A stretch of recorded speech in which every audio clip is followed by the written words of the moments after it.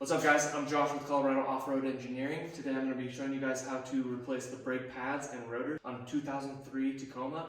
As always, I'm going to show you guys how to do all the steps in less than 2 minutes. Let's go.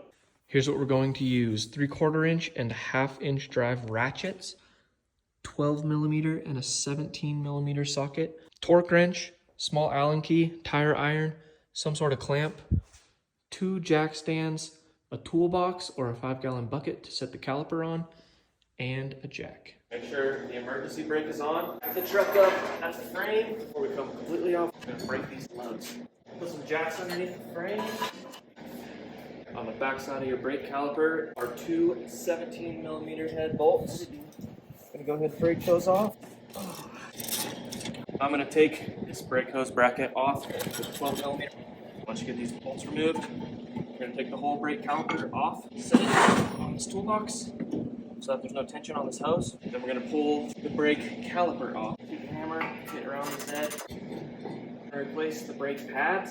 We're going to pull the pin out like that on both sides. We're going to use an Allen key to help push these pins out.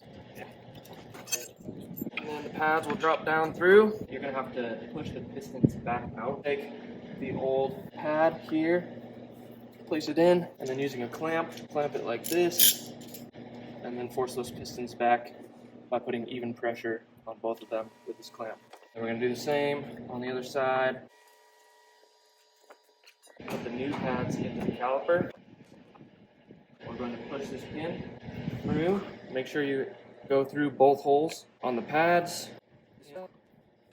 We can put this retaining clip back, and that goes underneath this pin and over that pin. Make sure that this hole and this hole are lined up with where this cotter pin is going to insert. Just going to insert that back in on both sides, then push it down through this hole. Take our new rotor, place it back on, put the caliper back on. Torque both of these bolts to 80 foot-pounds. Once the assembly is back in place, don't forget to put your bolt back in. Then we're going to put the tire back on and torque the lugs up. Now we're going to move to the passenger side.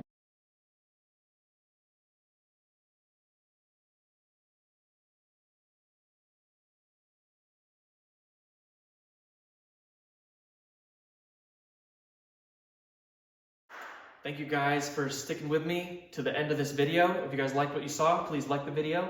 If you want to see more content like this, please subscribe to my channel.